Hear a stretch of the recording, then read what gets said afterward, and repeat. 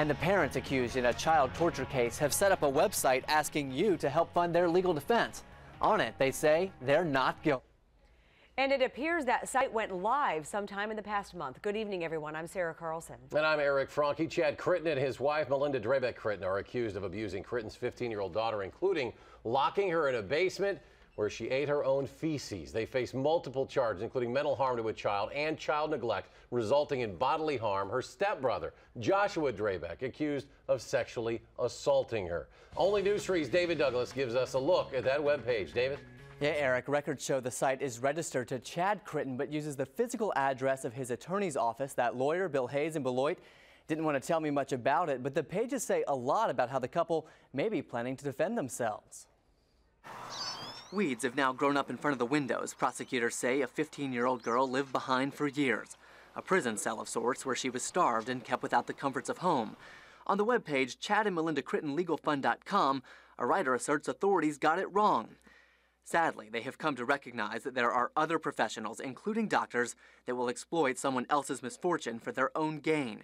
Chad and Melinda have observed a media all too willing to latch on to the government's position. The site shows two much older photos of the couple who are seeking donations, encouraging visitors to do so if they care about government intrusion into their lives and government using its power to attack the family. I don't know if I would support him myself. There's too many unanswered questions. Folks in downtown Madison raised questions about the site, particularly one page that documents the couple's view of the girl's medical history, saying she was diagnosed with reactive attachment disorder, PTSD, and that doctors had previously said she used autistic fantasy as a defense. I think she should have gotten the help that she needed.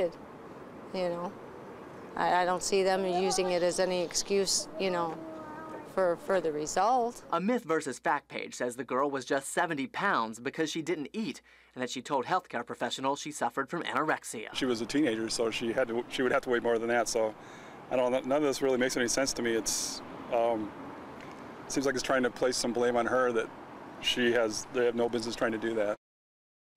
The myth versus fact page also says the 15-year-old was never locked in the basement, that a locking mechanism and alarm that would sound if the door was open were installed at the request of the state after the girl accused her stepbrother of sexually assaulting her. The site says it allowed her to lock herself in the basement, and the alarm was to sound and alert her parents if she was in danger.